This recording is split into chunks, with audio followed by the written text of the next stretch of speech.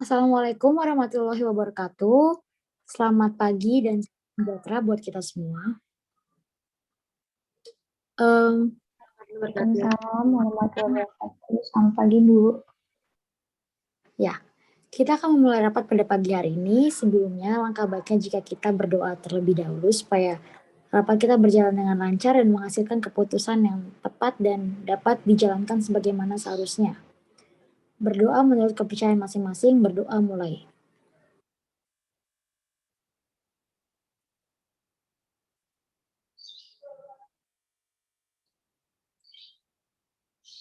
Berdoa selesai. Baik, kita mulai rapat kita pada pagi hari ini. Kepada Bapak Rian selaku GM perusahaan dipersilakan untuk menginformasikan latar belakang diadakannya rapat ini. Baik, sebelumnya saya izin share screen ya. Apakah sudah terlihat? Iya, Pak, sudah. Ya, Pak. Oke, baik. Sebelumnya, Assalamualaikum warahmatullahi wabarakatuh. Selamat sore rekan-rekan semua. Dan terima kasih kepada Ibu Switi. Pertama-tama saya ingin memperkenankan beberapa hal yang akan dibahas dengan adanya rapat ini. Sebagaimana kita tahu, keadaan perusahaan saat ini sedang ada penurunan. Bisa rekan-rekan lihat dari grafik yang sudah saya share. Dari penjualan tahun ini kita turun drastis karena ada pandemi, begitupun juga pengunjung website kita selaku untuk pembelian. Dengan diadakannya rapat ini, perusahaan kita rencananya akan melakukan upgrading di beberapa posisi yang menyangkut dengan web perusahaan, yaitu posisi yang akan di-upgrade adalah content creator, copywriter, dan graphic designer. Hal ini dilakukan agar perusahaan kita dapat menjalankan sosial media sebagai dari platform public relation untuk menjalankan serta meningkatkan penjualan perusahaan. Dan juga sesuai dengan hasil rapat yang telah saya lakukan bersama Pak Direktur Utama, perusahaan nantinya akan mengeluarkan kebijakan membuka lowongan internship untuk mengisi beberapa posisi tersebut yang nantinya akan di-upgrade. Namun untuk jumlah orang yang dibutuhkan nanti, detailing job, dan beberapa lainnya akan ditentukan oleh divisi HRD secara langsung, dan divisi HRD sendiri akan tahu langsung melalui divisi humas.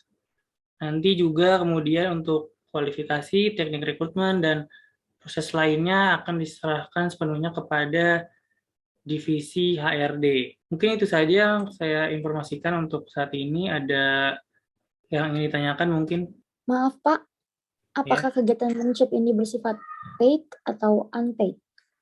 Ya, terima kasih Bu Siti. Untuk kegiatan internship ini sendiri kita paid internship ya, dengan honor sekitar 90.000 per hari, dengan minimal waktu internship itu 12 minggu atau 3 bulan. Baik, terima kasih Bapak Rian. Kami akan melakukan yang terbaik dalam proses rekrutmen ini supaya perusahaan mendapatkan kinerja yang terbaik untuk perusahaan. Oke, baik. Mungkin silakan didiskusikan ya. Saya juga ikut menyimak.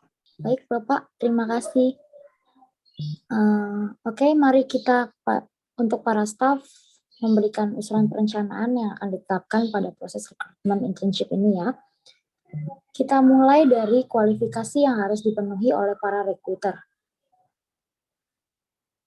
Jangan lupa untuk sekretaris selalu mencatat setiap detail perencanaan yang didiskusikan ya. Baik, apakah ada saran untuk kualifikasi? Ya, mungkin saya ingin memberikan saran ya untuk kualifikasi sebagai konten kreator. Itu yang pertama, mahasiswa atau mahasiswi semester akhir atau fresh graduate jurusan apapun. Yang kedua, memiliki kreativitas yang tinggi. Yang ketiga, aktivitas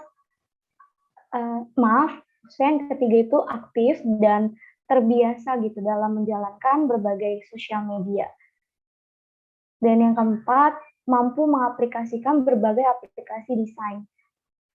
Itu saja Ibu dari saya, mungkin dari teman-teman, dari rekan-rekan yang lain, apakah ada saran? Mungkin saya ya izin menambahkan mengenai kualifikasi sebagai content creator.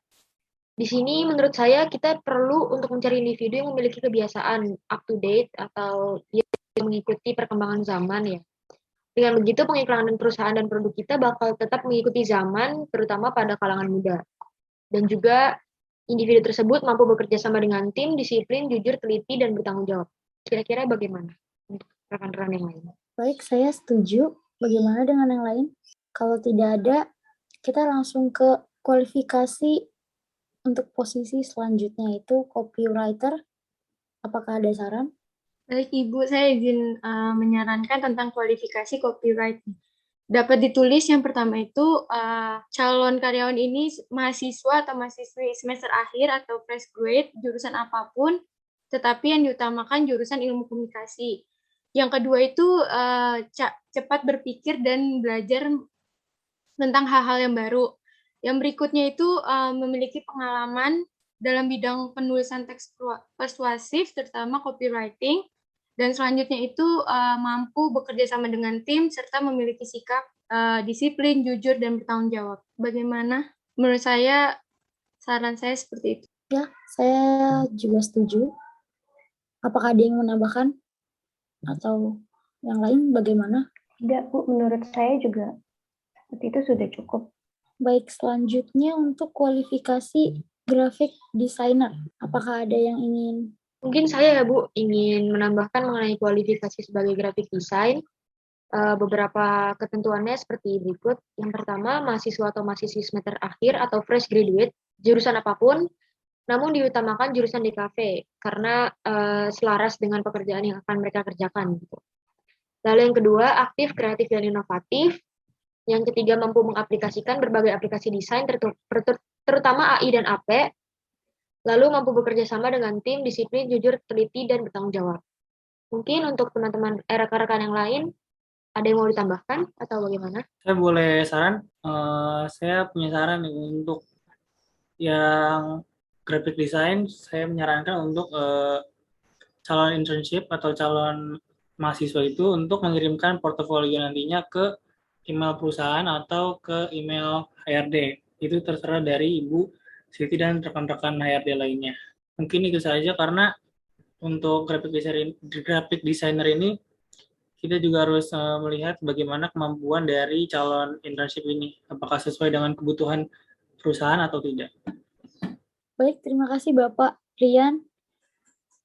Ya, jangan lupa ya untuk ditulis, saya juga setuju untuk portofolio. Dan kalau mungkin untuk yang copywriter tadi juga bisa ditambahkan ya, penulisan naskah tulisan minimal 2 halaman. Apa ada lagi yang ingin ditambahkan kualifikasi? Sudah cukup, Bu. Kemudian, apakah kita perlu menuliskan detailing job description untuk setiap posisi di poster nanti? Ya, menurut saya itu tidak perlu ya, Bu, karena detailing job desk ini dapat dijelaskan itu oleh divisi humas langsung pada orang-orang yang nantinya telah diterima, Bu. Baik, kalau begitu. Untuk Mbak Desvika, tolong hubungi divisi humas, berapa orang yang perlu direkrut. Selanjutnya, menurut kalian di mana kita akan menyebarkan info lowongan internship ini? Izin menyarankan, menurut saya kalau untuk menyebarkan info ini bisa di akun-akun Instagram, loker atau magang yang ada di Instagram. Saya setuju dengan pendapat dari Mbak Harifni, namun apakah kita perlu juga untuk membuka rekrutmen di aplikasi LinkedIn, Bu? Ya, untuk Mbak Harifni saya setuju. Coba ya Mbak Harifni langsung dicari tahu berapa kos untuk melalui iklan intern di setiap akun-akun tersebut. Untuk usulan Mbak Jauza, bagaimana dengan yang lain? Ya Bu, menurut saya usulan Mbak Jauza itu tidak perlu ya, karena saya sudah mendapat informasi dari Mbak Ayu selaku staf divisi humas bahwa kita itu hanya perlu merekrut 3 orang untuk content creator, 2 orang untuk copywriter, dan 4 orang untuk desain grafis. Ya, saya setuju dengan Mbak Desvika. Dan menurut saya untuk saat ini tidak perlu membuka lowongan di LinkedIn karena dapat menekankan budget. Sebab jika kita menggunakan aplikasi LinkedIn ini, kita harus mengeluarkan biaya untuk membuka akun premium di LinkedIn ini. Kemudian Bu, saya telah mendapatkan informasi untuk biaya menaruh lowongan di beberapa akun lowongan di Instagram. Untuk akun yang pertama itu @magangupdate dengan jumlah followers 250.000, bertarif 300.000 untuk men-share di feeds dan story. Sedangkan untuk feed saja dengan biaya 200.000, sedangkan untuk story dengan biaya 100.000. Akun yang kedua itu ada @anakmagang_id dengan jumlah followers 210.000, bertarif 200.000 untuk men-share di feeds dan story. Untuk 150.000 hanya feeds dan story itu hanya 100.000.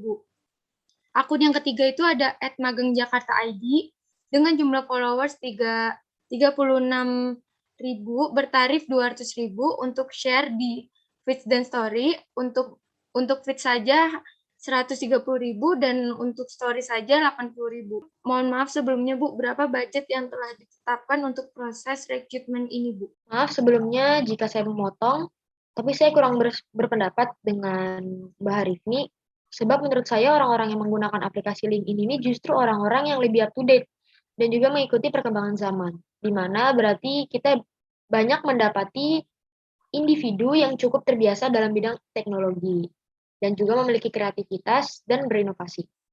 Sebab mereka selalu melihat berbagai hal baru gitu. Menurut saya, jika kita membuka lowongan di LinkedIn ini, kita akan memiliki kemungkinan yang lebih besar untuk mendapati sumber daya manusia yang lebih berkompeten dan juga akan membuat proses rekrutmen kita ini lebih efisien. Apakah sebaiknya kita mencari tahu dulu mengenai biaya pastinya? Jika sudah tahu, kita baru bisa benar-benar memutuskan apakah kita akan menggunakan aplikasi LinkedIn ini atau tidak. Bagaimana kira-kira untuk Ibu Switi pendapatnya? Ya, saya juga setuju dengan pendapat Mbak Jauza. Sebelumnya, kalau tidak salah, budget yang telah ditetapkan untuk kegiatan rekrutmen ini senilai 3 juta rupiah, benar tidak, Bapak Rian? Iya betul Bu, untuk pendanaan sendiri ini ditetapkan hanya 3 juta, jadi untuk rekan-rekan sekalian dimohon untuk mencari pengeluaran seminimal mungkin. Namun untuk SDM sendiri saya yakin SDM yang kita dapat juga akan berkualitas dimanapun itu, jadi tolong digunakan dana ini semaksimal mungkin ya. Baik, Pak. Terima kasih. Kalau begitu, Mbak Jauza, tolong dicari tahu informasi biaya untuk akun premium LinkedIn. Selanjutnya, menurut Mbak Harifni, kita harus menggunakan jasa akun yang mana? Menurut saya, kita cukup menggunakan 2 akun, yaitu @magangupdate dan @anakmagang_id, dengan pilihan yang lengkap untuk share di feeds dan story. Karena berdasarkan followers dari 2 akun inilah yang terbanyak, dan saya pikir juga jika orang-orang sudah memfollow akun-akun dari yang tadi saya sebutkan, maka pasti juga memfollow @magangid dan @anakmagang_id. Jadi mungkin untuk iklan di Instagram tersebut bisa mengeluarkan biaya sebesar 500.000 sudah cukup. Bagaimana dengan yang lain? Saya setuju Bu dengan pendapat Mbak Harifni mengenai hal ini. Baik, kalau gitu saya juga setuju. Untuk Mbak Harifni nanti tanggung jawab atas penyebaran di Instagram ya. Selanjutnya, bagaimana dengan LinkedIn, Mbak Jauza? Baik, sesuai dengan data yang saya dapatkan, untuk premium hiring account itu dikenakan biaya $119,95 setara dengan 1.710.000 per bulan, dan juga $1.119 setara dengan 15 juta per tahun. Mungkin menurut saya dengan pengeluaran yang banyak ini, aplikasi LinkedIn ini tidak perlu digunakan ya Bu, dikarenakan biaya kita kan harus dipres maksimal mungkin. Baik, bagaimana dengan yang lain? Iya Bu, menurut saya untuk proses perekrutan intern ini juga dengan biaya segitu cukup besar ya. Mungkin dengan menyebarkan lowongan intern di akun Instagram saja itu sudah cukup Bu. Ya Bu, saya setuju dengan pendapat Mbak Desvika. Sepertinya untuk pengeluaran 500.000 untuk pengiklanan rekrutmen kita itu udah cukup dengan target peserta rekrutmen yang sedikit itu. Baik, tapi mungkin menurut saya perlu ditambahkan lagi akun Instagram untuk penyebaran lowongan kita. Tolong dicari tahu lagi kira-kira akun apa yang bisa kita sewa. Dan saya ingin akun itu memiliki followers minimal 300.000. Tolong untuk Mbak Desvika dicari tahu akunnya beserta biayanya. Selanjutnya, kira-kira bagaimana kita akan melakukan prosesnya ya? Mungkin saya izin berpendapat, dalam melakukan proses ini kita dapat melakukannya dengan menggunakan Gform, Bu. Karena kan Gform itu merupakan situs yang mudah ya untuk dilakukan dan juga untuk mudah dipakai oleh calon rekrutmen nanti. Nah, awalnya itu Gform ini terdiri dengan pengisian data diri seperti nama, umur, semester, universitas, nomor HP, email, dan sebagainya. Intinya data diri yang kita butuhkan nanti untuk rekrutmen. Lalu juga harus memasukkan file CV dan juga kartu tanda mahasiswanya. Selanjutnya, kita hubungi melalui email untuk proses wawancara 1, lalu selanjutnya proses wawancara 2, dan juga setelah itu baru kita menentukan hasil keputusan akhir untuk orang-orang yang akan kita. Ya, saya setuju dengan pendapat dari Mbak Jauza karena yang tadi sudah dipaparkan sudah cukup jelas dan lengkap. Baik, bagaimana dengan waktunya? Maksimal 3 hari ke depan kita sudah harus melakukan proses ini. Dan harus selesai dalam waktu minimal 30 hari.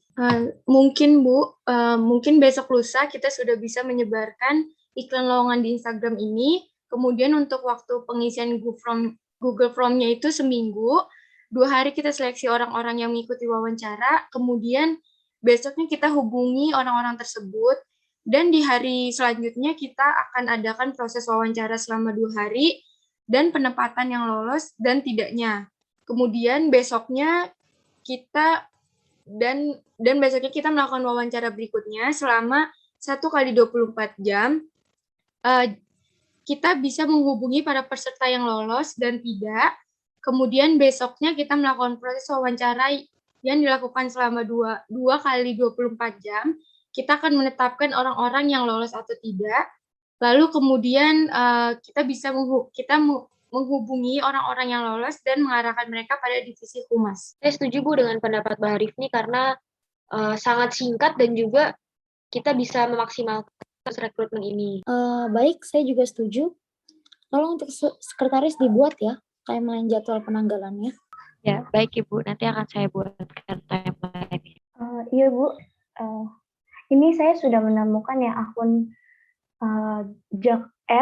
lokerjakarta.info dengan followers 368.000, memberikan tarif sebesar Rp400.000 untuk share feeds dan story, Rp300.000 untuk share feeds dan Rp200.000 untuk share story saja. Nah, jika kita pesan yang share feeds dan story, bagaimana ya kira-kira? Saya setuju. Bagaimana dengan yang lain? Setuju Bu. Saya juga setuju Bu. Baik. Tolong untuk Mbak Deswika dan Mbak Harifni bertanggung jawab untuk pengiklanan di Instagram ya. Saya tunggu laporannya ketika sudah di-share tentang poster lowongan kita. Bagaimana dengan desain poster pengiklanannya? Biasanya akun-akun Instagram ini sudah memiliki template masing-masing, Bu. Iya Bu, yang saya tahu juga seperti itu. Oh, tapi maksud saya ingin kita buat desain khusus dari iklan, dari kitanya gitu. Jadi nanti desain kita tinggal ditaruh di template mereka. Apakah Mbak Deswika bisa mendesain poster tersebut secepatnya? Saya perhatikan Mbak Deswika punya kemampuan yang bagus dalam mendesain. Iya Ibu, bisa. Secepatnya saya akan buat ya Bu. Baik, kemudian jika Mbak Jauza bertanggung jawab untuk laporan keuangan selama proses rekrutmen ini, bagaimana? Laporan ini termasuk stationery yang digunakan selama rekrutmen dan konsumsi-konsumsi yang disediakan. Baik Bu, saya bisa. Nanti akan saya lakukan yang terbaik untuk mengenai laporan keuangan ini. Jika sudah, akan saya kirimkan ke email Ibu ya. Terima kasih Mbak Jauza. Kemudian untuk Mbak Harifni, apakah Mbak Harifni bisa bertanggung jawab dalam pendisiplinan jadwal dan waktu selama proses rekrutmen ini? Baik Ibu, saya akan meminta schedule rapinya kepada sekretaris. Baik, Anda dapat meminta schedule timeline-nya pada Mbak Fadila ya nanti selaku sekretaris. Kemudian saya tunggu laporannya setiap selesai kegiatan ke depan. Baik itu setelah wawancara, setelah hasil seleksi, siapa-siapa aja orangnya. Saya mau informasinya secepat mungkin, dan untuk sekretaris saya tunggu laporan hasil rapat ini dengan timeline schedule dan jumlah biaya yang dibutuhkan yang disebutkan dalam rapat ini dengan rapi malam ini di email saya. Baik Ibu, akan saya kirimkan ke email Ibu secepatnya. Baik, apakah ada yang ingin ditambahkan atau dikoreksi atau dipertanyakan lebih lanjut tentang proses rekrutmen ini? Izin bertanya Bu, untuk pembuatan link Google Form-nya itu siapa yang buat ya Bu?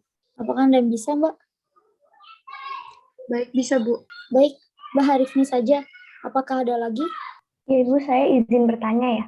Apakah poster mau dibuat dalam bentuk satu poster tanpa di slide atau mau dibuat dalam bentuk beberapa gambar? Jadi nanti hasil akhirnya itu seperti carousel.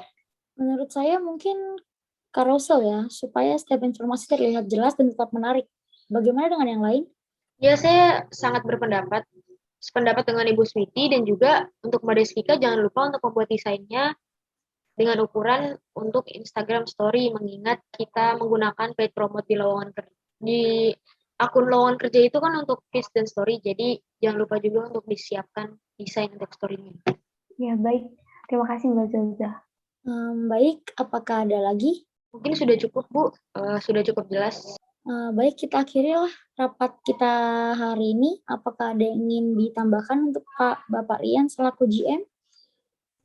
Ya, dari saya mungkin terima kasih kepada rekan-rekan yang sudah hadir dalam rapat pada hari ini dan membahas tentang perekrutan internship. Dan semoga nanti dana yang digunakan tidak terlalu banyak, bisa maksimal, dan perekrutan SDM-nya juga maksimal. Mungkin nanti Ibu Siti juga jangan lupa untuk ini ya, meneruskan laporan yang ada, biar saya bisa nerusin juga ke Bapak Direktur. Mungkin itu saja. Baik, terima kasih Bapak Rian. Tolong untuk sekretaris dibacakan kesimpulan selama rapat ini. Baik, saya izin membacakan notula pada rapat hari ini ya. Saya akan share screen. Apakah sudah terlihat? Sudah, Mbak. Jadi rapat hari ini itu tujuan pembahasannya adalah pembuatan kebijakan lowongan internship. Rapat ini dihadiri oleh Bapak Rian, Ibu Siti, dan rekan-rekan dari teman-teman HRD. Kemudian pembahasannya itu yang pertama membuka lowongan internship, dan yang kedua menentukan strategi internship yang lebih efektif di masa pandemi ini ya. Dan hasil pembahasan yang telah kita dapat ini yang pertama membuka lowongan internship untuk posisi content creator, copywriter, dan graphic designer. Kemudian internship tergolong dalam paid internship dengan honor 90.000 per hari dengan minimal internship itu 3 bulan.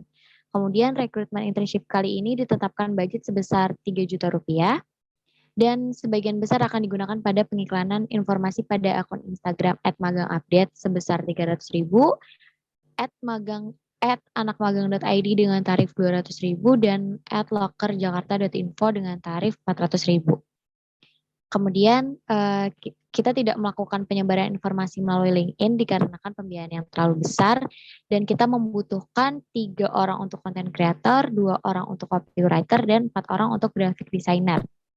Kemudian desain poster dalam bentuk carousel dan dibuat pula size yang cocok untuk Instagram Story. Kemudian di sini penanggung jawab Mbak Desvika ini bertanggung jawab untuk pembuatan Google Form, desain poster, dan pengiklanan di Instagram. Kemudian Mbak Harifni bertanggung jawab untuk pendisiplinan jadwal dan waktu dan pengiklanan di Instagram. Kemudian Mbak Jauza bertanggung jawab untuk membuat laporan keuangan. Kemudian ini timeline yang sudah saya buat untuk kegiatan internship kita. Dimulai pada 13 sampai 20 November, kita akan melakukan pengiklanan, pengisian data diri, dan input CV melalui Google Form. Kemudian pada tanggal 21 sampai 22 akan ada seleksi wawancara tahap 1, dilanjut dengan pengumuman seleksi wawancara tahap 1 pada 23 November. Kemudian 24 Novembernya kita akan melakukan pelaksanaan wawancara tahap 1, kemudian 25 November seleksi wawancara tahap 2, dilanjut 26 November pengumuman lolos wawancara tahap 2.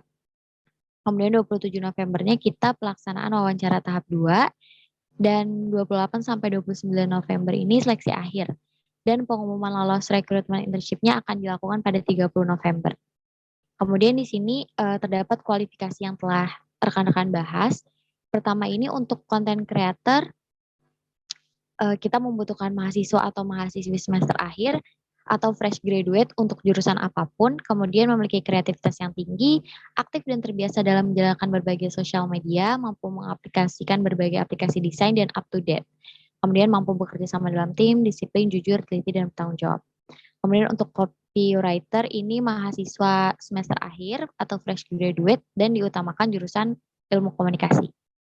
Kemudian cepat berpikir dan belajar, berpengalaman dalam bidang penulisan teks persuasif, terutama copywriting. Kemudian mampu bekerja sama dengan tim, disiplin, jujur, teliti, dan bertanggung jawab. Dan diperlukan portofolio berupa teks skenario minimal 2 halaman.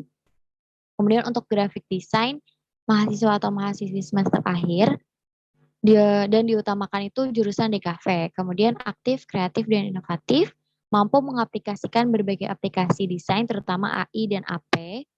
Kemudian mengirimkan portofolio, dan mampu bekerja sama dengan tim, disiplin, jujur, teliti, dan bertanggung jawab. Seperti itu notula dari saya. Untuk rekan-rekan, apakah ada yang salah atau ingin dikoreksi? Atau Bapak Rian dan Ibu Switi?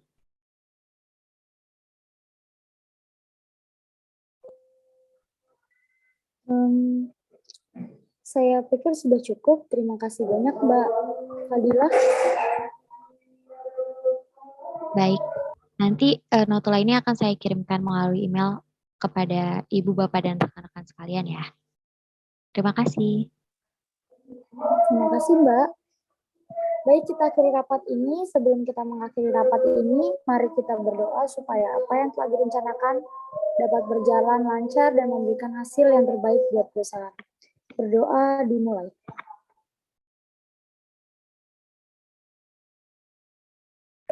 Berdoa selesai. Terima kasih semuanya. Assalamualaikum warahmatullahi wabarakatuh. Selamat pagi dan salam sejahtera untuk kita semua. Waalaikumsalam warahmatullahi wabarakatuh. Terima kasih Bu Switi dan Bapak Rian dan rekan-rekan sekalian.